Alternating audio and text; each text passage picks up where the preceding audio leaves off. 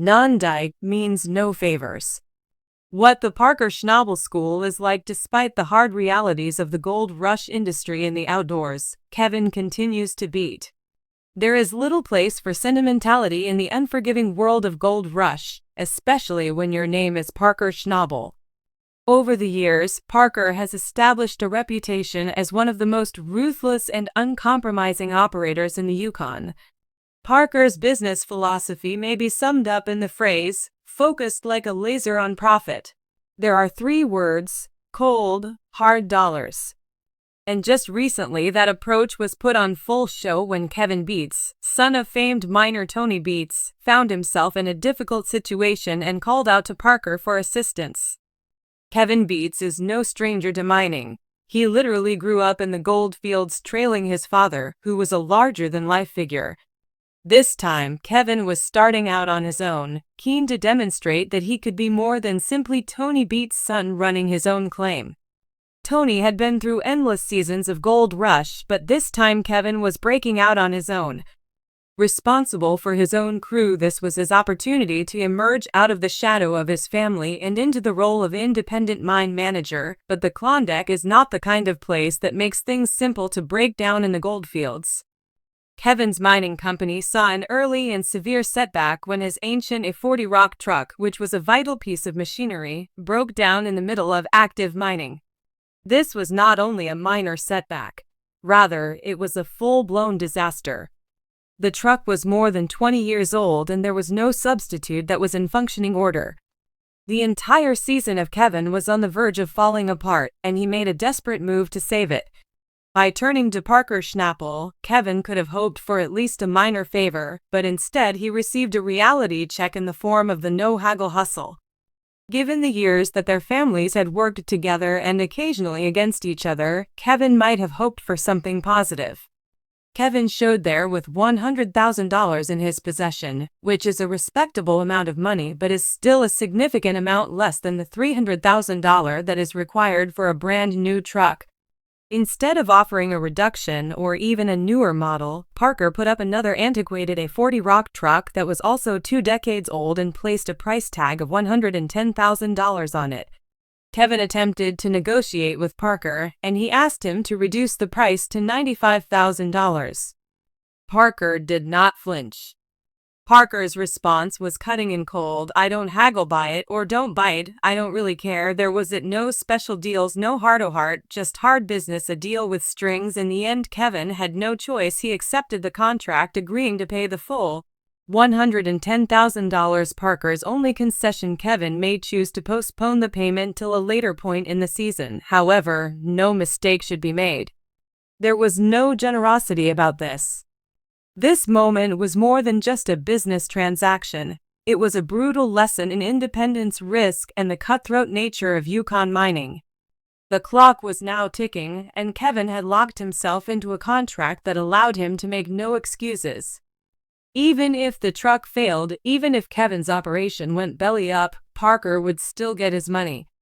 Despite the fact that Kevin was able to walk away with a vehicle, he also went away with a hefty weight and a painful introduction to the true cost of leadership.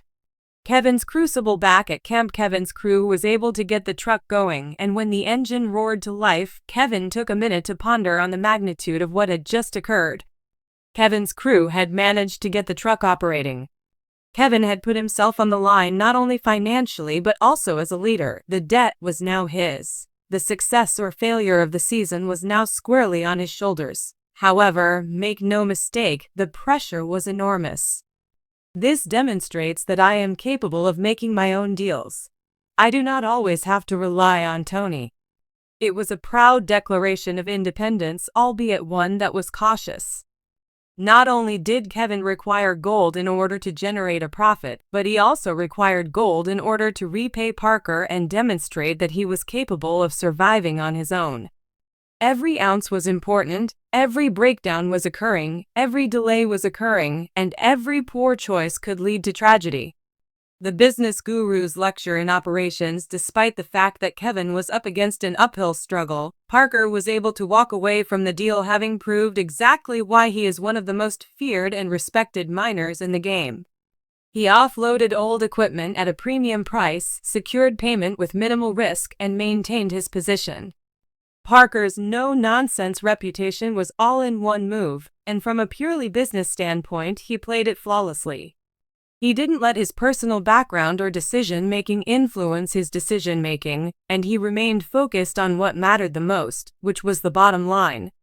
This is what differentiates Parker from many others on Gold Rush, where some chose to focus on other things.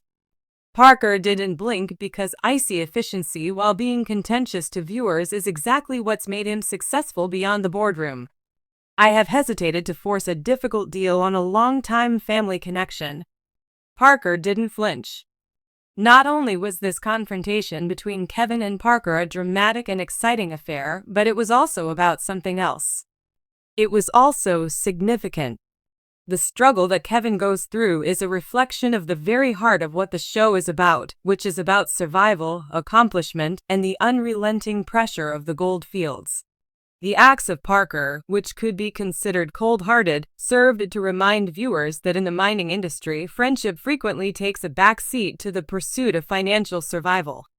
Kevin, on the other hand, is moving on to the next stage of his mining career. Although the transaction may have appeared to be unfair, it did ultimately provide him with something that is arguably more important than a truck that is in good operating order: a real-world crash. Instruction in the art of negotiating, leadership, and the dangers of becoming an entrepreneur in spite of the fact that it is still unclear whether Kevin will be successful or not this season. There is one thing that is certain: he is no longer just Tony Beets' kid. He's now a man who's learning what it really means to own and operate a gold mine. Conclusion: the Yukon doesn't do favors. At the end of the day, Parker Schnabel didn't break any rules. He didn't trick or manipulate anyone because he just did what he's always done, which is to make cold calculated moves in order to keep his empire growing. Kevin Beets, etc., on the other hand, took a risk that might either end up costing him a lot of money or help him become the independent boss he has always dreamed of being. In any case, the Goldfields have once again demonstrated that they are not concerned with names, legacies, or friendships. As opposed, they are concerned with outcomes.